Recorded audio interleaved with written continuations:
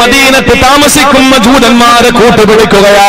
അവരുടെ ഘടകകക്ഷിയാക്കിക്കൊണ്ട് സഖ്യകക്ഷിയാക്കിക്കൊണ്ട് എല്ലാവരും കൂടി ആദരവായ പ്രവാചകനെ സഹാബത്തിനെയും മദീനയിൽ നിന്ന് തൂത്തെറിയാൻ വേണ്ടി ശ്രമിക്കുമ്പോ സഹോദരങ്ങളെ കിടങ്ങ് കീറിയിട്ട് അന്ന് അവിടെ ഭക്ഷണം കഴിക്കാനും വെള്ളം കുടിക്കാനും അവർക്ക് കഴിയാത്ത സാഹചര്യം വന്നപ്പോ ഏറ്റവും വലിയ പരീക്ഷണത്തിന്റെ ഘട്ടം വരുമ്പോൾ, ഏറ്റവും വലിയ പരീക്ഷണത്തിന്റെ ക്ഷാമത്തിന്റെ ഘട്ടം വരുമ്പോൾ അവർക്ക് ഭക്ഷണം കഴിക്കാനും വെള്ളം കുടിക്കാനും തുണി ഉടുക്കാൻ മാറി ഉടുക്കാനും കഴിയാത്ത ഒരു ദരിദ്രത്തിന്റെ ദാരിദ്ര്യത്തിന്റെ സമയമാകുമ്പോ അവർക്ക് എങ്ങനെയാണ് ഇതിനെ പ്രതിരോധിക്കാൻ കഴിയുക? സർവസന്നാഹത്തോടെ കടന്നുവിടുന്ന മക്കക്കാർക്കെതിരെ എങ്ങനെയാണ് പോരാടുക? ആ സമയത്ത് സൽമാൻ അൽ ഫാരിസി റളിയല്ലാഹു അൻഹു മുന്നിലേക്ക് വെച്ചുകൊടുത്ത ഒരു നിയമമുണ്ട്, മുന്നിലേക്ക് വെച്ചുകൊടുത്ത ഒരു ഉപാധിയുണ്ട്. എന്തെന്നറിയോ? മഹാനായ പ്രവാചകരോട് പറയുന്നു, യാ റസൂലല്ലാഹ്, ശത്രുക്കളിൽ നിന്ന് രക്ഷപ്പെടാൻ വേണ്ടി അവിടുത്തെ പേർഷ്യൻ ആളുകളെ ചെയ്യാറുള്ള ഒരു പ്രവണത എന്തെന്നറിയോ? കിടങ്ങ് കീറിയിട്ടാണ് അവര് രക്ഷപ്പെടുക. കുതിരപ്പടയാളികൾക്ക് കടന്നു വരാൻ കഴിയാത്ത അവസ്ഥയിൽ ശത്രുക്കൾ കടന്നു വരുന്ന ഭാഗത്ത് വലിയ കിടങ്ങ് കീറിയിട്ട് കിടങ്ങ് കുത്തിയിട്ട് അവരിൽ നിന്ന് രക്ഷപ്പെടാൻ ശ്രമിക്കുന്ന ഒരു ശൈലി അറബികൾ കണ്ട്, പേർഷ്യക്കാരെ കണ്ട്. അങ്ങനെയാണ് ഖന്തക്കിന്റെ കിടങ്ങ് കുഴിക്കുക, അങ്ങനെയാണ് ഖന്തക്കിന്റെ കിടങ്ങ് കീറുന്നത്.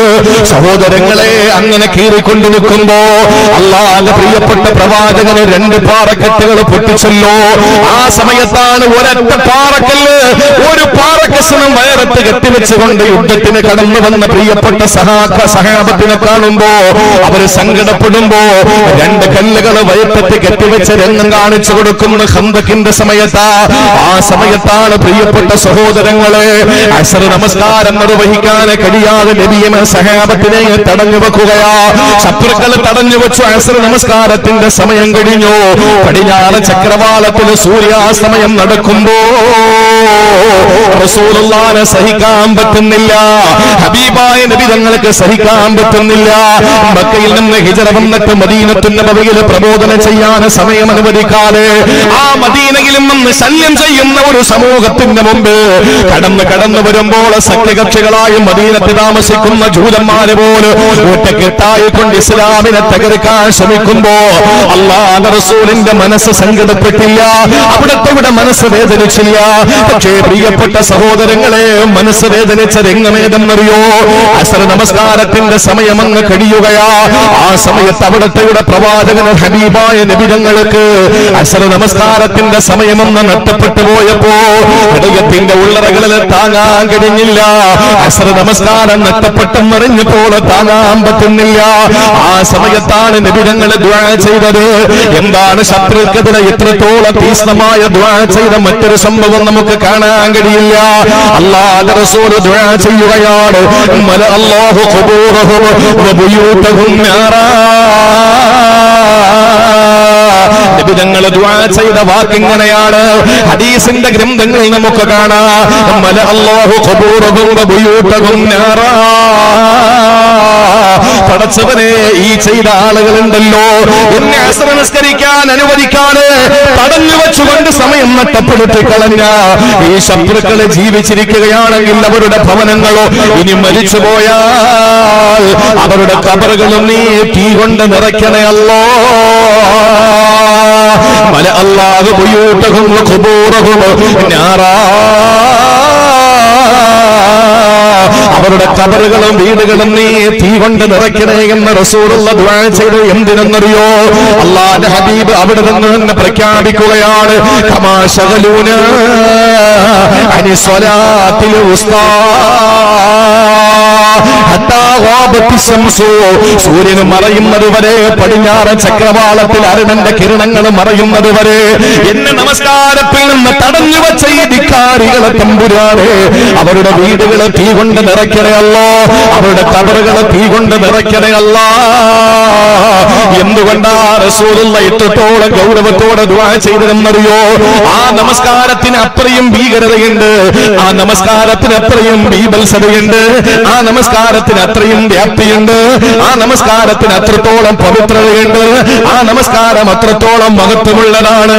അതുകൊണ്ട് പ്രിയപ്പെട്ട സഹോദരങ്ങളെ, എന്നെ കേൾക്കാൻ വേണ്ടി തൊട്ടിക്കല്ലിൽ ഒരുമിച്ച് കൂടിയ എന്റെ പ്രിയപ്പെട്ട സഹോദരിയെ സഹോദരന്മാരോട് പറയുകയാണ്, അല്ലാഹു മനുഷ്യൻ നട്ടത്തിലാണെന്ന് പറയാൻ വേണ്ടി സത്യം ചെയ്തു പറഞ്ഞത് സുബഹ് എന്ന വാക്ക് പറഞ്ഞുകൊണ്ടല്ല, ളുഹർ എന്ന വാക്ക് പറഞ്ഞുകൊണ്ടല്ല, മഗ്രിബും ഇശായും എന്ന പദങ്ങൾ കൊണ്ടല്ല. അല്ലാഹുവിനെ കാലമെന്ന് പരിചയപ്പെടുത്താൻ ദഹർ എന്ന വാക്ക് പറയാലോ, അല്ലാഹുവിനെ കാലമെന്ന് പറയാൻ മറ്റെന്തെല്ലാം ഡിക്ഷണറികളിൽ നിന്ന് അല്ലാഹുവിന് വാക്കുകൾ എടുക്കാം. സഹോദരങ്ങളെ, പടച്ചതമ്പുരാൻ എടുത്ത വാക്കേതാണ്?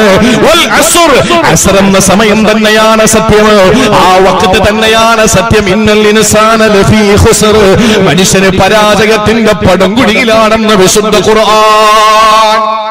ചരിത്രത്തിൽ ഹബീബായ നബിതങ്ങൾ ശത്രുക്കൾക്കെതിരെ ദുആ ചെയ്ത ഏറ്റവും രൂക്ഷമായ ഭാഷയിൽ ദുആ ചെയ്ത ഒരു സന്ദർഭം ഇതാണ്.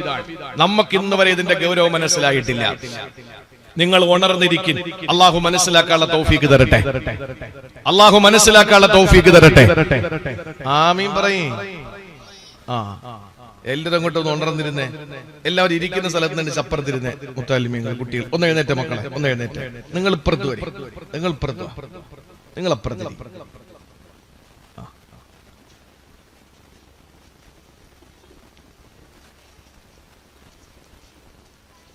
അവിടെ ഇരുന്ന് നിങ്ങൾ കൂടെ ഉണ്ടാകണം. ദുആ ചെയ്യുമ്പോ ആമീൻ പറയണം. റസൂലുള്ളാഹിന്റെ പേര് കേൾക്കുമ്പോൾ സല്ലല്ലാഹു അലൈഹി വസല്ലം പറയണം. അത് ഉറക്കെ തന്നെ പറയണം കേട്ടാ. ജീവിതത്തിൽ ഇന്നേ വരെ ഇത്രയും രൂക്ഷമായ നിലയിൽ നബിതങ്ങൾ ദുആ ചെയ്തത് നമുക്ക് കാണാൻ കഴിയില്ല. അവരുടെ വീടുകളും അവരുടെ ഖബറുകളും നീ തീ കൊണ്ട് നിറയ്ക്കണമേ എന്ന് അള്ളാന്റെ റസൂൽ സല്ലല്ലാഹു അലൈഹി വസല്ലം ദുആ ചെയ്തത് എന്തുകൊണ്ട്? അസ്ർ നമസ്കാരം പെന്തിക്കാൻ, അസ്ർ നമസ്കാരത്തിന്റെ ഒരു ശത്രു പട കടന്നു വന്ന് അതിനെതിരെ അള്ളാന്റെ ഹബീബ് സല്ലല്ലാഹു അലൈഹി വസല്ലം തങ്ങൾ ദുആ ചെയ്തുവെങ്കിൽ അസ്ർ എന്ന് പറയുന്ന വഖത്ത് വല്ലാത്തൊരു വഖത്താണ്, വല്ലാത്തൊരു സമയമാണ്. ഞാൻ ഈ വിഷയത്തിന്റെ ബന്ധം അവസാനം മാത്രമേ പറയുള്ളൂ. നിങ്ങൾ ശ്രദ്ധയോടെ കേൾക്കണം. അള്ളാഹു തൗഫീക്ക് തരട്ടെ. കാലഘട്ടം തന്നെയാണ് സത്യം എന്ന് അള്ളാന്റെ ഖുർആൻ സത്യം ചെയ്യുമ്പോ ആ കാലഘട്ടം എന്ന് സത്യം ചെയ്യാൻ വേണ്ടി എടുത്ത പദം ഒരു വഖത്ത് നിസ്കാരത്തിന്റെ സമയത്തിന്റെ പേരാണ്. ആ നമസ്കാരം ഏത്? അസ്ർ നിസ്കാരമാണ്. ആ നമസ്കാരത്തിന്റെ ഗൗരവം യുദ്ധത്തിന്റെ കിടങ്ങ് കീറുന്ന സമയത്ത്, യുദ്ധം കൊടുമ്പിരി കൊണ്ടിരിക്കുന്ന സമയത്ത് ശത്രുക്കൾ നമസ്കാരത്തിൽ നിന്ന് തടഞ്ഞുകൊണ്ട് മണിക്കൂറുകളോളം നബിയെയും സഹാബത്തിനെയും തടഞ്ഞു വെക്കുമ്പോൾ ആ നമസ്കാരത്തിന്റെ പ്രാധാന്യം മനസ്സിലാക്കിക്കൊണ്ട് അല്ലാഹുവിന്റെ ഹബീബ് നബി മുഹമ്മദ് മുസ്തഫ സല്ലല്ലാഹു അലൈഹി വസല്ലമ തങ്ങൾ ദുആ ചെയ്തത് അവരുടെ ഖബറുകളും വീടുകളും തീ കൊണ്ട് നിറയ്ക്കട്ടെ, അവരുടെ വീടുകളും ഖബറുകളും തീ കൊണ്ട് അല്ലാഹു നിറച്ചു കൊടുക്കട്ടെ എന്നായിരുന്നു. ഇനി നിങ്ങൾക്ക് രസകരമായ മറ്റൊരു കഥ പറഞ്ഞു തരാം. മഹാനായ നബിയുല്ലാഹി സുലൈമാൻ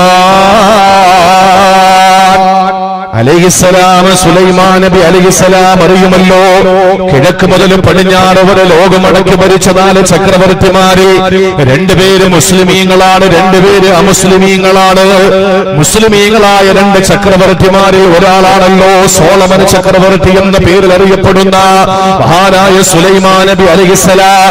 ആ സുലൈമാൻ നബി അലൈഹിസ്സലാമിന് അല്ലാഹു തആല നൽകിയ ധാരാളം അനുഗ്രഹങ്ങളിൽ ഒരു അനുഗ്രഹം ഏതെന്നറിയോ? സുലൈമാൻ നബിയുടെ പന്തയ കുതിരകളാ. സുലൈമാൻ നബി അലൈഹിസ്സലാമിന്റെ ഗോഡൌണിലെ പന്തയ കുതിരകളുണ്ട്. എങ്ങനത്തെ പന്തയ കുതിരകളാണെന്നറിയോ? മനോഹരമായ പന്തയ കുതിരകളാണ്, പരിശീലനം ലഭിക്കപ്പെട്ട കുതിരകളാണ്, വേട്ടന കുതിരകളാണ്. ആ കുതിരകളുടെ പ്രത്യേകത എന്തെന്നറിയോ? 3 കാല് നിലത്തൂന്നിക്കൊണ്ട് 1 കാല് പൊക്കി വെച്ചുകൊണ്ട് തലയെടുപ്പോടെ നെഞ്ച് വിരിച്ചുകൊണ്ട് ആ കുതിരകൾ ഇങ്ങനെ തല ഉയർത്തി നിൽക്കുമായിരുന്നു. മനോഹരമായ രംഗമാണ്. ചിന്തിച്ചു നോക്കെന്റെ സഹോദരൻ. സഹോദരങ്ങള്, ആ കുതിരക്കൂട്ടങ്ങൾ ഒരു മൈതാനത്ത് ഒരുമിച്ച് കൂടുമ്പോ അതിന്റെ 3 കാലുകൾ നിലത്തൂന്നിയിട്ട് ആദ്യമേ തന്നെ 2 കാല് ആദ്യ 3 കാലുകൾ നിലത്തൂന്നിക്കൊണ്ട് ഒരു കാല് തലയും ഉയർത്തി പിടിച്ചുകൊണ്ട് ഇങ്ങനെ തലയെടുപ്പോടെ നിൽക്കുന്ന മനോഹരമായ കാഴ്ച. ആ കാഴ്ച ആരെയും കണ്ണഞ്ചിപ്പിക്കുന്നതാ. ആ കാഴ്ച ആരെയും മനോഹരമായി ആ കാഴ്ചയെ സംബന്ധിച്ച് മറക്കാനാവാത്ത അനുഭവങ്ങൾ പങ്കുവെക്കുന്നതാ. അങ്ങനെ മനോഹരമായ കാഴ്ചകൾ ഒരു വലിയ മൈതാനത്ത് നടക്കുകയാണ്. അല്ലാഹുവിന്റെ പ്രവാചകൻ സുലൈമാൻ നബി അലൈഹിസ്സലാം ഒരു പരേഡ് സംഘടിപ്പിക്കുകയാ. ആ പരേഡിൽ തന്റെ പന്തയ കുതിരകൾ, തന്റെ പരിശീലിപ്പിക്കപ്പെട്ട മേത്തരം കുതിരകൾ, അതിനെയെല്ലാം വിളിച്ചു കൊണ്ടുവന്ന് ആ കുതിരകളെ കൊണ്ടുവന്ന് മൈതാനത്ത് നിരത്തി നിർത്തുമ്പോ സഹോദരങ്ങളെ, സമയം പോകുന്നതറിയുന്നില്ല. എത്ര മനോഹരമാണ് കാണാൻ, എത്ര മനോഹരമാണെന്നറിയോ? അത് കാണാൻ എന്ത് രസമാണെന്നറിയോ? അത് കാണാൻ എന്ത് കൗതുകമാണെന്നറിയോ? സുലൈമാൻ നബി അലൈഹിസ്സലാമിന് ആകെ നിശ്ചയിക്കപ്പെട്ടിട്ടുള്ള വഖത്ത് അസർ എന്ന വഖത്താണ്. ആ സമയം ഇതാ നഷ്ടപ്പെട്ടുകൊണ്ടിരിക്കുകയാ. പെട്ടെന്നാണ് ബോധോദയം വരുന്നത്. അല്ലാഹുവേ, നിന്നെ ഞാൻ മറന്നുപോകുന്ന നിലയിൽ ഈ ഭൗതികമായ എന്റെ മേത്തര കുതിരകൾ എന്നെ മനസ്സ് മാറ്റിക്കളഞ്ഞല്ല റബ്ബേ. അല്ലാഹുവേ, എന്ത് ചെയ്യാനാ?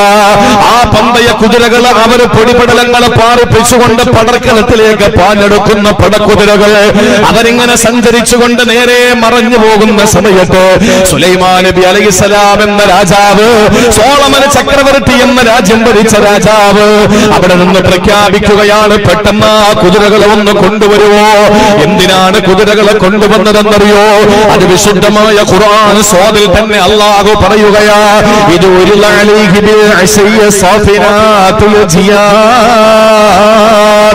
സാഫിനാത്ത് എന്ന് പറഞ്ഞാൽ എന്റെ പ്രിയമുള്ള സഹോദരങ്ങളെ, ഒരു കാലുയർത്തി വെച്ച് തലയെടുപ്പോടെ നിൽക്കുന്നതെന്നാണ് സാഫിനാത്ത് എന്ന് പറഞ്ഞാൽ. ജിയാദ് എന്ന് പറഞ്ഞാൽ നമുക്കറിയാം പന്തയ കുതിരകളാണ്, പരിശീലനം ലഭ്യമാക്കപ്പെട്ട പന്തയ കുതിരകളാ. അങ്ങനെയുള്ള കുതിരകൾ വൈകുന്നേര സമയത്ത് മൈതാനത്ത് നിരത്തി നിർത്തുമ്പോ ഫഖാല ഇന്നി അഹ്ബബ്തു ഹബ്ബൽ ഖൈരി അൻ ദിക്രി റബ്ബി, അല്ലാഹുവേ, എനിക്ക് നീ അനുവദിച്ച മനോഹരമായ ഈ കാഴ്ചയുണ്ടല്ലോ, നിന്നെ ഓർക്കുന്നതിനെ തൊട്ട് നിനക്ക് വേണ്ടി നിസ്കരിക്കുന്നതിനെ തൊട്ട് എന്നെ തെറ്റിച്ചിരിക്കുകയാണല്ലോ റബ്ബേ. എന്തു ചെയ്യാനാ? ഹത്താ തവാറത്ത് ബിൽ ഹിജാബ്, ഇതാ വറ്റകളെല്ലാം മറഞ്ഞങ്ങ് പോയിരിക്കുകയാ. സഹോദരങ്ങളെ, സുലൈമാൻ നബിക്ക് സഹിക്കാൻ പറ്റുന്നില്ല. അസറിന്റെ വകിട്ടങ്ങ് മുടങ്ങിപ്പോയെന്ന് തിരിച്ചറിഞ്ഞപ്പോ സുലൈമാൻ നബി അവിടെ നിന്ന് പ്രഖ്യാപിച്ചത്, റുദ്ദുഹാ അലയ്യ ഫതഫിക മസഹൻ ബിസ്സൂഖി വൽ അഅനാഖ്. ഇവിടെ പട്ടാളക്കാര സൈന്യം നിരന്നു. അവരോട് പറയുകയാണ്, റുദ്ദുഹാ അലയ്യ, എന്റെ പന്തയ കുതിരകളെ പെട്ടെന്ന് അവിടെ ആലയങ്ങളിൽ നിന്ന് പിടിച്ചുകൊണ്ടുവരിക. അങ്ങനെ കുതിരകളെ കൊണ്ടുവന്ന് സുലൈമാൻ നബിയുടെ മുമ്പിൽ നിർത്തുകയാ. ഫതഫിക മസഹൻ ബിസ്സൂഖി വൽ അഅനാഖ്.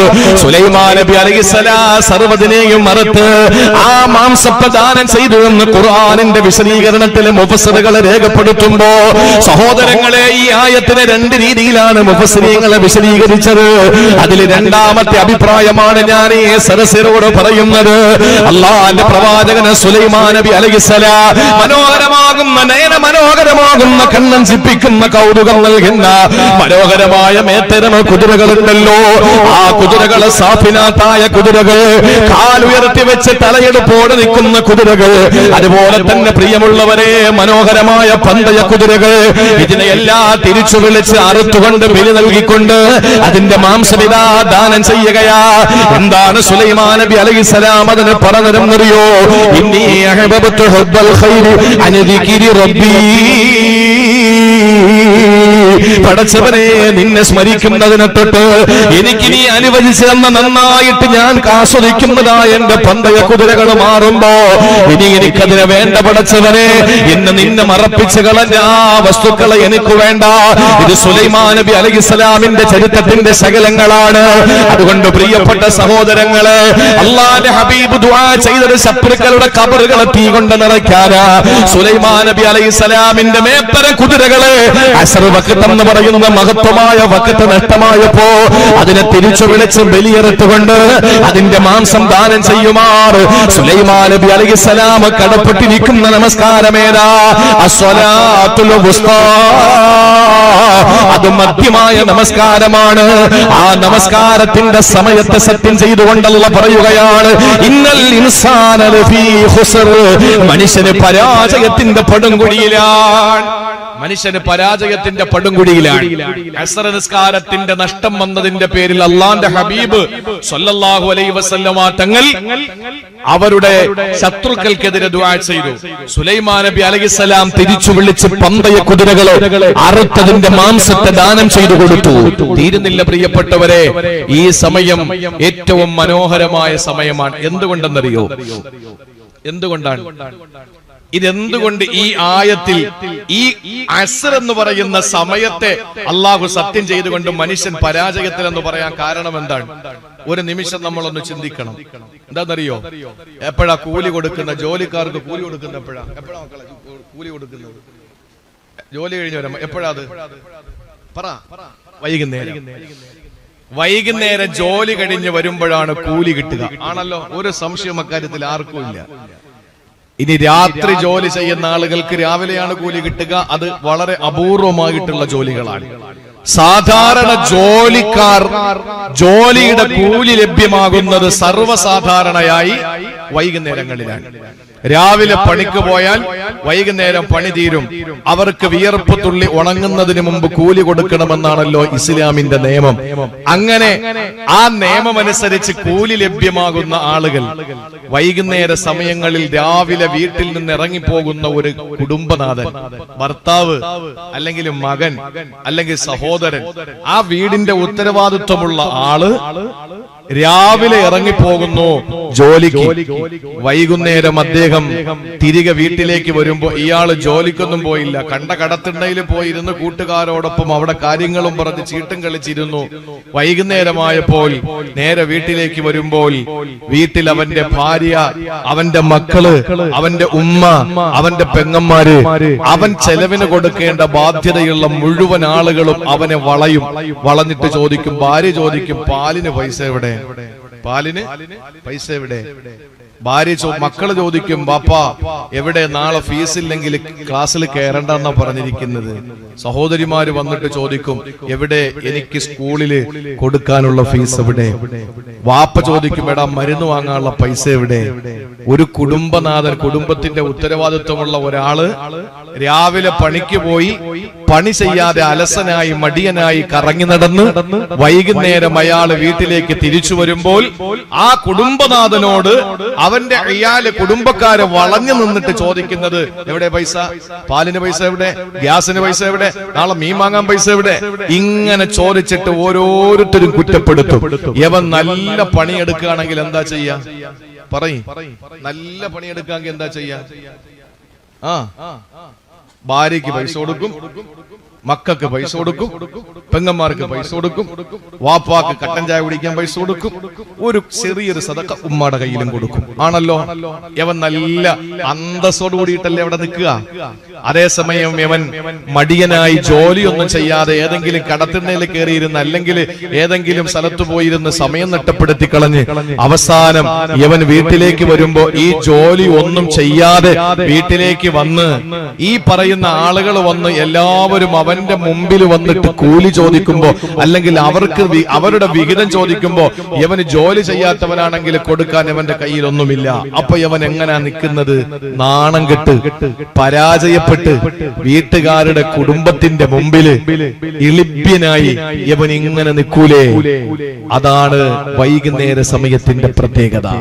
അള്ളാഹു ആ സമയത്തെ കൊണ്ട് സത്യം ചെയ്തുകൊണ്ട് പറയുന്നു, മനുഷ്യ നഷ്ടത്തിലാണ് എന്ന് പറഞ്ഞാൽ നിനക്ക് അള്ളാഹു തന്ന ആരോഗ്യം, നിനക്ക് അള്ളാഹു തന്ന സമയം, ആ സമയത്ത് നീ പണിയെടുത്ത് ഇബാദത്തെടുത്ത് നിസ്കരിച്ച് സൽക്കർമ്മങ്ങൾ ചെയ്ത് എല്ലാ കാര്യങ്ങളും കൃത്യമായി ചെയ്താൽ പടച്ചവന്റെ മുമ്പിൽ ചെല്ലുമ്പോ കണക്ക് ചോദിക്കുമ്പോ നിനക്ക് ധൈര്യമായിട്ട് അള്ളാന്റെ മുമ്പിൽ നിൽക്കാം. അതല്ല, ഇവിടെ നീ നിന്റെ സമയം നഷ്ടപ്പെടുത്തിയ സഹോദരങ്ങളെ, അമൂല്യമായ സമയം നീ നഷ്ടപ്പെടുത്തിയാൽ, ഏറ്റവും പ്രധാനമായി ചെയ്യേണ്ട കടമകളൊക്കെ നീ പാലിക്കാതിരുന്നാൽ, പൊന്നുമോനെ, നീ അള്ളാന്റെ മുമ്പിലെത്തുമ്പോ കണക്ക് ചോദിക്കുന്ന സമയമുണ്ടല്ലോ. സമയത്ത് നിനക്ക് കണക്ക് ചോദിക്കുമ്പോ ഒരൊറ്റ മറുപടി കൊടുക്കാൻ കഴിയാതെ നീ നാണം കെട്ടി ലഭ്യനായി പരാജയത്തിന്റെ പടുംകുടിയിലേക്ക് ആപതിച്ചു പോവുകയല്ലോ. അതാണ് അല്ലാഹു വൈകുന്നേര സമയത്തിന്റെ കഥ പറഞ്ഞുകൊണ്ട് പറയുന്നത്. അസർ എന്ന് പറയുന്ന വഖത്തിനെ തന്നെയാണ് സത്യം. ഇന്നൽ ഇൻസാന ലഫീ ഖുസ്ർ, മനുഷ്യന് പരാജയത്തിലാണ് എന്ന് പറയാനുള്ള കാരണം എന്തെന്നറിയോ? വൈകുന്നേരമാണ് കൂലി കിട്ടുക. ആ കൂലി കിട്ടുന്ന സമയത്ത് അവന് തന്റെ പ്രിയപ്പെട്ട ആശ്രിതർക്ക് കൊടുക്കാൻ എന്തെങ്കിലും കൈവശമുണ്ടെങ്കിൽ അവന് നല്ല അന്തസ്സുള്ളവനാ. കൊടുക്കാനൊന്നുമില്ലെങ്കിലോ നാണം കെട്ടവനാ. ഇതുപോലെയാണ് പ്രിയപ്പെട്ടവരെ, അള്ളാഹു നമുക്ക് തരുന്ന കാലങ്ങളിൽ നമ്മുടെ ജീവിതത്തിന്റെ ഓരോ നിമിഷങ്ങളിൽ അള്ളാഹുവിന് വേണ്ടി സർവ്വതും സമർപ്പിക്കാൻ നമ്മൾ തീരുമാനിച്ചാൽ, ആ ഇബാദത്തുകൾ നമ്മളെ ഹയാത്താക്കിയാൽ, പ്രിയപ്പെട്ടവരെ, അഹ്മദുൽ കബീർ റിഫായി തങ്ങളൊക്കെ നമ്മളെ പോലെ സിരകളിലൂടെ ചുടുന്നൊഴുകുന്നവരല്ലേ, നമ്മളെ പോലെ ഉറക്കമുള്ളവരല്ലേ, നമ്മളെ പോലെ ഭക്ഷണം കഴിക്കുന്നവരല്ലേ, നമ്മളെ പോലെ വെള്ളം കുടിക്കുന്നവരല്ലേ, നമ്മളെ പോലെ ജലപാനം നടത്തുന്നവരല്ലേ, നമ്മളെ പോലെ നിദ്രയിൽ ശയിക്കുന്നവരല്ലേ, നമ്മളെ പോലെ രാത്രിപ്പോടെ ഉറങ്ങുന്നവരല്ലേ, നമ്മളെ പോലെ ചോരയും നീരുമുള്ളവരല്ലേ. എന്തുകൊണ്ടാണ് വർഷങ്ങൾ കഴിഞ്ഞിട്ട്, പതിറ്റാണ്ടുകൾ കഴിഞ്ഞിട്ട് തിരുവനന്തപുരം ജില്ലയിലെ ഈ ആലങ്കോട് എന്ന് പറയുന്ന പ്രദേശത്ത്, അതിനോടടുത്തിരിക്കുന്ന തൊട്ടിക്കൽ എന്ന് പറയുന്ന പ്രദേശത്ത് പോലും നമ്മൾ ഒരുമിച്ച് കൂടിയിട്ട് മഹാനായ സയ്യിദുനാ അഹ്മദുൽ കബീർ റിഫാഈ റളിയല്ലാഹു അൻഹുവിനെ പറ്റി പറയുന്നത്, അവരുടെ ജീവിത കാലഘട്ടങ്ങളിൽ അല്ലാഹുവിന് വേണ്ടി സർവ്വത സമർപ്പിച്ചവരാ. അവര് സമയം നട്ടവരെ നഷ്ടപ്പെടുത്തിയവരല്ല, അവര് പരാജയത്തിന്റെ പടുംകുടി കണ്ടവരല്ല, അവര് വിജയത്തിന്റെ ഉന്നതമായ പേര് മുടക്കിയവരാ. അതുകൊണ്ട് പ്രിയപ്പെട്ട സഹോദരങ്ങളെ, അള്ളാഹു നമുക്ക് തന്ന ആയുസ് നഷ്ടപ്പെടുത്തി കളയല്ലേ, അള്ളാഹു നമുക്ക് തന്ന സമയം നമ്മൾ നഷ്ടപ്പെടുത്തി കളയല്ലേ. എന്നാൽ അള്ളാഹു പറയുകയാണ്, ആ ജീവിതത്തിൽ അള്ളാഹുവിന് വേണ്ടി ഒന്ന് സമർപ്പിക്കാൻ സമയം വൃഥാവിലാക്കി കളയുന്ന ഒരാളെ സംബന്ധിച്ചിടത്തോളം അവന്റെ ജീവിതം വളരെ നഷ്ടത്തിലാ. കുറഞ്ഞ സമയമല്ലേ നമുക്കുള്ള സഹോദരങ്ങളെ, കുറഞ്ഞ സമയത്താണ് നമ്മൾ ജീവിക്കുന്നത്, അല്ലേ? കുറഞ്ഞ, വളരെ കുറഞ്ഞ സമയം. നമുക്ക് എത്ര സമയമുള്ളത്? അള്ളാഹുവിന്റെ റസൂൽ സല്ലല്ലാഹു അലൈഹി വസല്ലമ തങ്ങൾ ഈ ഉമ്മത്തിനെ പരിചയപ്പെടുത്തിയത് എങ്ങനെയാണെന്നറിയോ? ഈ ഉമ്മത്തിനെ പരിചയപ്പെടുത്തിയത് എങ്ങനെയാണ്? ജൂത സമൂഹത്തെയും ക്രൈസ്തവ സമൂഹത്തെയും മുസ്ലിം ഉമ്മത്തിനെയും തമ്മിൽ പരിചയപ്പെടുത്താൻ വേണ്ടി പറഞ്ഞ ഉദാഹരണം ശ്രദ്ധേയമാണ്, വളരെ ശ്രദ്ധേയമാണ്. ഞാൻ ഉദാഹരണം നിങ്ങൾക്ക് പറഞ്ഞുതരാം. നമ്മുടെ വീട്ടില് കുറച്ച് പണിയുണ്ടായിരുന്നു. ആ പണി ചെയ്യാൻ വേണ്ടിയിട്ട് നമ്മൾ ടൗണിലേക്ക് ഇറങ്ങിയപ്പോ കുറെ അതിഥി തൊഴിലാളികൾ അവിടെ ഇരിപ്പുണ്ട്. ആ അതിഥി തൊഴിലാളികൾ, അതിഥി തൊഴിലാളികൾ അല്ലേ, പുതിയ ഒരു വാക്ക്. അതിഥി തൊഴിലാളികൾ എന്ന് പറഞ്ഞാൽ ആസാമികളോ ബീഹാരികളോ ബംഗാളികളോ അല്ലെ, അന്യ സംസ്ഥാന തൊഴിലാളികളെ അതിഥി തൊഴിലാളികൾ എന്നാ പറയുന്നത്. അതിൽ ഒരുത്തനെ വിളിച്ചിട്ട് പറഞ്ഞിടാ, രാവിലെ മുതൽ ഉച്ച വരെ നീ പണിയെടുക്കണം, നിനക്ക് ഞാൻ 1000 രൂപ തരും. ശ്രദ്ധിച്ച് കേൾക്കണം, 1000 രൂപ നിനക്ക് ഞാൻ തരും, നീ രാവിലെ മുതൽ ഉച്ച വരെ പണിയെടുക്കണം. അവൻ സമ്മതിച്ചു. കാരണം വൈകുന്നേരം വരെ നിന്നാലാണ് എന്ത് കിട്ടുക? 1000 രൂപ കിട്ടുക. അവൻ ഉച്ചവരെ നിന്നാ മതി, 1000 രൂപ കിട്ടുകയല്ലേ, വളരെ സന്തോഷം. ഉച്ചയായപ്പോൾ അവന് 1000 രൂപ കൊടുത്തിട്ട് മുതലാളി വീട്ടിന്റെ മുറ്റത്ത് നിന്ന് പറഞ്ഞു വിട്ടു. എന്നിട്ട് നേരെ അങ്ങാടിയിൽ ചെന്നിട്ട് വേറൊരു പണിക്കാരനെ വിളിച്ചിട്ട് പറഞ്ഞു, നീ വാ, എന്റെ വീട്ടിൽ കുറച്ച് പണിയുണ്ട്, അസർ വരെ നീ ചെയ്താൽ മതി, അസർ വരെ നീ ചെയ്യണം, ഉച്ചയ്ക്ക് മുതൽ ലുഹർ മുതൽ അസർ വരെ ചെയ്യണം, നിനക്ക് ഞാൻ 1000 രൂപ ശമ്പളം തരാം. അവന് വലിയ സന്തോഷമായി. കാരണം പണിയില്ലാതിരിക്കായിരുന്നു. ഉണ്ടെങ്കിൽ 8 മണിക്ക് തുടങ്ങിയ വൈകുന്നേരം 4 മണി വരെ പണിയെടുത്താലാണ് പൈസ കിട്ടുക. ഇത് ഉച്ചയ്ക്ക് ശേഷം പണിയെടുക്കണം, വൈകുന്നേരം വീട്ടിലേക്ക് പോവുകയും ചെയ്യാം, റൂമിലേക്ക് പോവുകയും ചെയ്യാം. ആർത്തിയോടെ അയാൾ പണിക്ക് വന്നു. ഉച്ച മുതൽ അസർ ബാങ്ക് കേൾക്കുന്നവരെ പണിയെടുപ്പിച്ചു. 1000 രൂപ കൂലിയും കൊടുത്തു. അയാൾ സന്തോഷത്തോടെ മടങ്ങിപ്പോയി. പിന്നാലെ മുതലാളി അങ്ങാടിയിൽ ചെന്നിട്ട് വേറൊരുത്തനെ വിളിച്ചിട്ട് പറഞ്ഞു, ബാ, നീ മഗ്‌രിബിന് ബാങ്ക് കേൾക്കുന്നവരെ നീ ജോലി ചെയ്യ എന്റെ വീട്ടില്. മഗ്രിബ് വരെ നീ ജോലി ചെയ്യണം. ആ മഗ്രിബ് വരെ നീ ജോലി ചെയ്താൽ നിനക്ക് ഞാൻ തരുന്നത് 2000 രൂപയാണ്. 2000 രൂപ. അവന് വലിയ സന്തോഷമായി. ആ സമയത്ത് വളരെ കുറഞ്ഞ സമയം, സുബഹി മുതൽ ലൊഹർ വരെയും ലൊഹർ മുതൽ അസർ വരെയും 2 കൂട്ടുകാര് പണിയെടുത്തപ്പോൾ അവർക്ക് 1000 രൂപയെ കിട്ടിയുള്ളൂ. എന്നാൽ എനിക്ക് അസർ മുതൽ മഗ്രിബ് വരെ കുറഞ്ഞ സമയം, ആ കുറഞ്ഞ സമയത്ത് ഞാൻ എന്തെങ്കിലും ജോലി എടുത്താൽ എനിക്ക് കിട്ടുന്നത് 2000 രൂപ. അവർക്ക് 2 പേർക്ക് കിട്ടിയത് എനിക്ക് ഒറ്റയ്ക്ക് കിട്ടുകയാണ്. വളരെ സന്തോഷത്തോടു കൂടി അവൻ പണിയെടുക്കാൻ വേണ്ടി വന്നു. ചിന്തിച്ചു നോക്കൂ, അവൻ പണിയെടുത്ത് മഗ്രിബിന്റെ ബാങ്കായപ്പോ 2000 രൂപ അവന്റെ കയ്യിൽ മുതലാളി കൊടുത്തിട്ട് പറഞ്ഞു പൊക്കോളാൻ പറഞ്ഞു. ആദ്യത്തെ 2 കൂട്ടുകാര് ബഹളം ഉണ്ടാക്കി. അവര് വന്നിട്ട് പറഞ്ഞു, ഞങ്ങള് സുബഹി മുതൽ ലൊഹർ വരെ ഞാൻ പണിയെടുത്തപ്പോ എനിക്ക് 1000 രൂപയാണ് നിങ്ങൾ തന്നത്. എന്നാൽ അടുത്തയാള് പറഞ്ഞു, ഞാൻ ലൊഹറിന് ബാങ്ക് കേട്ടത് മുതൽ അസർ ബാങ്ക് കേൾക്കുന്നത് വരെ പണിയെടുത്തപ്പോ നിങ്ങൾ എനിക്ക് തന്നത് 1000 രൂപയാണ്. ഇതൊന്നൊരു നീതിയാണ്. അസറിന്റെ ബാങ്ക് കേട്ടത് മുതൽ മഗ്രിബിന്റെ ബാങ്ക് കേട്ടത് വരെ നിങ്ങൾ അവനെ പണിയെടുപ്പിച്ചിട്ട് അവന് കൊടുത്തത് 2000 രൂപ, കുറഞ്ഞ സമയം കൂടുതൽ ശമ്പളം. അത് ശരിയല്ല. അപ്പൊ മുതലാളി ചോദിച്ചെന്താണെന്നറിയോ? ആദ്യത്തെ 2 പണിക്കാരോട്, എടോ നിങ്ങൾ ഞാൻ അവനെത്ര കൊടുത്തെന്ന് ചിന്തിക്കണ്ട. നിങ്ങൾക്ക് വല്ലതും ചുരുക്കിയോ? ഇല്ല. നിങ്ങൾക്ക് കുറച്ചോ? ഇല്ല. നിങ്ങൾക്ക് തരുന്നതിനേക്കാൾ അപ്പുറത്ത് ഞാൻ തന്നില്ലേ? അതെ. പിന്നെ നിങ്ങൾക്ക് എന്താ പ്രശ്നം? ഞാൻ കൊടുക്കുന്ന നിങ്ങൾ നോക്കണ്ട. ഇത് ആദരവായ പ്രവാചകൻ നബി മുഹമ്മദ് മുസ്തഫ സല്ലല്ലാഹു അലൈഹി വസല്ലമ തങ്ങൾ നമ്മെ ഉപമിച്ച ഒരു ഉദാഹരണമാണ്. രാവിലെ മുതൽ ഉച്ചവരെ പണിയെടുത്തത്, അഥവാ ഒത്തിരി കാലം പണിയെടുത്തിട്ട് കുറഞ്ഞ പ്രതിഫലം കിട്ടിയത് ജൂതന്മാർക്ക്. വല്ലാത്ത നിയമമായിരുന്നു. എന്നാൽ ലൊഹർ മുതൽ അസർ വരെയുള്ള സമയം അവര് പണിയെടുത്തത് ക്രിസ്ത്യാനികളാണ്, ക്രൈസ്തവരാണ്. എന്നാൽ സഹോദരങ്ങളെ, കുറഞ്ഞ സമയം കൊണ്ട് കൂടുതൽ കൂലി ലഭിക്കുന്നതാർക്കാ? വരുമല്ലോ ജമാഅത്തുൽ ആഖിർ കഴിഞ്ഞാൽ പുണ്യ റജബ് വരികയാ. റജബ് വന്നാൽ പിന്നെ ശഅബാനിന്റെ നിലാവാ. ആ ശഅബാൻ നിലാവെന്ന് പറഞ്ഞു പോയാ ഇതാ കടന്നു വരുന്ന പുണ്യങ്ങളുടെ പൂക്കാലമേ വിശുദ്ധ റമളാൻ. ആ റമളാനിൽ ഒരു രാത്രിയുണ്ട്. ആ ഒരു രാത്രിയിൽ അല്ലാഹുവിന് വേണ്ടി ഇബാദത്തിൽ കഴിയുന്ന ഒരാണിന് പെണ്ണിന് കിട്ടുന്നതെന്താ? ലൈലത്തുൻ മിനൽ ഖൈറും മിനൽ ഫിസ്ഹർ ഇന്നാ അൻസൽനാ ഫീ ലൈലത്തുൽ ഖദർ.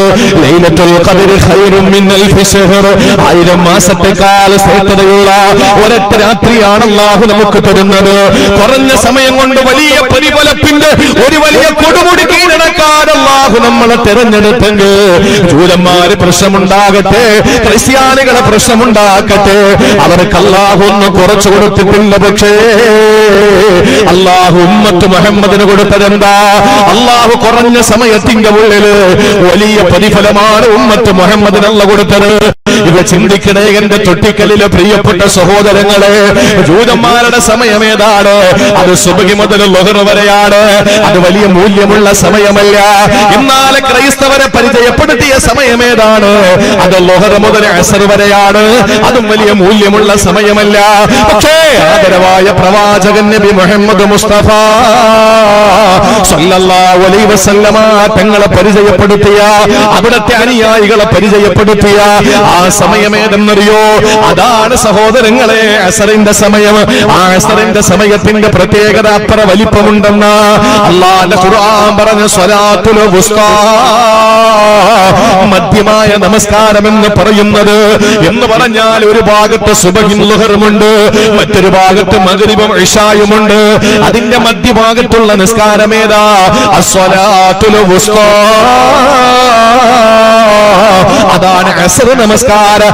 ആ നമസ്കാരത്തിന്റെ സമയം പറഞ്ഞുകൊണ്ട് അല്ലാഹു പറയുന്നു, ഇന്നൽ ഇൻസാന ലഫീ ഖുസ്ർ. മനുഷ്യന് പരാജയത്തിലാണ്. ഉമ്മത്ത് മുഹമ്മദിന്റെ സമയം ഏതാ? അസ്ർ സമയം. ഇങ്ങോട്ട് കേട്ടെ, ഉറങ്ങുന്നവരൊക്കെ ഉണർന്നിരുന്ന് കേട്ടോളി.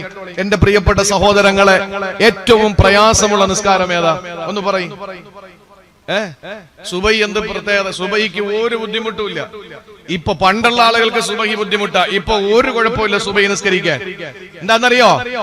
സുബഹി എന്ന് പറയുന്നത് രാവിലെ 3:30 മണിക്ക് ആളുകൾ അലാറം വെച്ച് എഴുന്നേക്കും. എന്തിനാണ്? നടക്കാൻ പോവാൻ. രാവിലെ 3:30 മണിക്ക് അലാറം വെച്ച് എഴുന്നേക്ക് നടക്കാൻ പോവാൻ. 4:30 മണിക്ക് അലാറം വെച്ച് എഴുന്നേക്ക് നടക്കാൻ പോവാൻ. കാരണം ഒരു തൊഴിലാളിയാണ്, അല്ലെങ്കിൽ ഒരു വലിയ മുതലാളിയാണ്, അല്ലെങ്കിൽ വലിയൊരു ബിസിനസ്സുകാരനാണ്, അല്ലെങ്കിൽ വലിയൊരു ഓഫീസിൽ പോകേണ്ടവനാണ്. അതുകൊണ്ട് തന്നെ ശരീരത്തിന്റെ കൊഴുപ്പ് കുറയ്ക്കാൻ വേണ്ടിയിട്ട് നേരത്തെ അലാറം വെച്ച് എഴുന്നേറ്റുകൊണ്ട് അവന് നടക്കാൻ വേണ്ടി പോവാൻ. നടന്നിട്ട് വന്നു കഴിഞ്ഞാൽ പിന്നെ അവനവന്റെ പ്രാഥമിക ആവശ്യങ്ങളൊക്കെ നിർവഹിക്കുന്നതിനിടയിൽ 2 റക്അത്ത് നിസ്കാരം വളരെ പ്രയാസമാണെന്ന് തോന്നുന്നില്ല, അല്ലേ ഉസ്താദ്? രാവിലെ സുബഹിക്കുമ്പോൾ എഴുന്നേക്കുന്ന ആൾക്ക് സുബഹി വലിയ ത്യാഗമാണെന്ന് തോന്നുന്നില്ല. ഇനി നിങ്ങൾ നോക്ക് ലോഹറിന്റെ കഥ. ലോഹർ നിസ്കാരം, ആ ലോഹർ നിസ്കാരത്തിന്റെ സമയം എപ്പോഴാ? നമ്മൾ എന്തായിരുന്നാലും ഓഫീസിലാണെങ്കിൽ ലഞ്ച് ടൈം, ലഞ്ച് ബ്രേക്ക്, ഒരു ചെറിയ ഇടവേള നമുക്ക് കിട്ടും. 1 മണിക്കൂർ ഇല്ലേ? ഏത് തൊഴിലിനും 1 മണിക്കൂർ ഉച്ചയ്ക്ക് സമയം തരും. ആ സമയത്ത് ഒന്ന് ഭക്ഷണം കഴിക്കാൻ വേണ്ടി ഇരിക്കുമ്പോ, ലഞ്ച് കഴിക്കാൻ വേണ്ടി ഇരിക്കുമ്പോ ആ സമയത്ത് ഒരു 4 റക്അത്ത് നിസ്കരിക്കുന്ന വലിയ ത്യാഗമാണെന്ന് തോന്നുന്നില്ല. ഇനി നിങ്ങൾ മഗ്രിബ് എടുക്കുക, അസ്റോടെ നിൽക്കട്ടെ, ചർച്ച ചെയ്യാം. മഗ്രിബ് ജോലിയൊക്കെ കഴിഞ്ഞ് എല്ലാവരും വീട്ടിലേക്ക് വരും, ഓഫീസ് അടച്ച് വീട്ടിലേക്ക് വരും, എല്ലാ പണിയും തീർന്ന് വീട്ടിലേക്ക് വന്ന് സന്ധ്യാസമയത്ത് നമ്മൾ ഒന്ന് ഫ്രഷായി, ഒന്ന് കുളിച്ച്, ഒന്ന് ഡ്രസ്സൊക്കെ ചേഞ്ച് ചെയ്ത് ഇറങ്ങുന്ന സമയത്ത് മഗ്രിബ് ഒരു 3 റക്അത്ത് നിസ്കരിക്കാൻ വലിയ ത്യാഗമാണെന്ന് എനിക്ക് തോന്നുന്നില്ല. രാത്രി ഭക്ഷണമൊക്കെ കഴിഞ്ഞ്, ഡിന്നറൊക്കെ കഴിഞ്ഞ് കിടക്കയിലേക്ക്, വിരിപ്പിലേക്ക് പോയി ഒന്ന് ഫ്രഷായി, ഒന്ന് കുളിച്ച് വൃത്തിയായി, ഡ്രസ്സൊക്കെ ചേഞ്ച് ചെയ്ത്, നൈറ്റ് ഡ്രസ്സൊക്കെ ഇട്ട് വളരെ കൃത്യമായി താൻ ബെഡിലേക്ക് പോയി കിടക്കാൻ നേരത്ത് ഒരു 4 റക്അത്ത് നിസ്കരിച്ചിട്ട് കിടക്കുന്നത് വലിയൊരു ത്യാഗമായിട്ട് എനിക്ക് തോന്നുന്നില്ല. പക്ഷേ ഇതിനിടയിൽ പ്രയാസകരമായ ഒരു വഖ്ത് നിസ്കാരമുണ്ടെങ്കിൽ അത് അസ്ർ നിസ്കാരം മാത്രമേ ഉള്ളൂ. ആ സമയത്താണ് ഓഫീസിൽ നിന്ന് ബൈക്ക് ഓടിച്ചിട്ട് തിരക്ക് പിടിച്ച നാഷണൽ ഹൈവേയിലൂടെ നീ യാത്ര ചെയ്യുന്നത്.